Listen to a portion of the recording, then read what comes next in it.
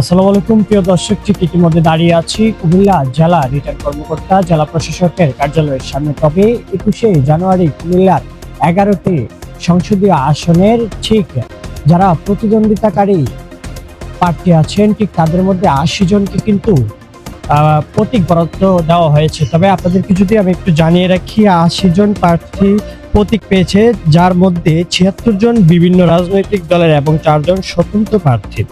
25টি নিবন্ধিত দলের রাজনৈতিক প্রার্থীরা এই নির্বাচনে লড়াইয়ে অংশগ্রহণ নিয়েছে। 21শে জানুয়ারি সকাল 10:30 কুমিল্লার 1 আসনের প্রার্থীদের প্রতীক বরাদ্দের মধ্য দিয়ে কুমিল্লা জেলা রিটার্ন কর্মকর্তা মোহাম্মদ রেজা হাসান সাহেব কিন্তু কার্যক্রমটি শুরু করে। তবে কুমিল্লা থেকে সর্বশেষ আপনাদেরকে নির্বাচনী আপডেটটি দেওয়ার চেষ্টা করেছি। মোহাম্মদ সিয়াম হোসেন প্রীতম, কুমিল্লা।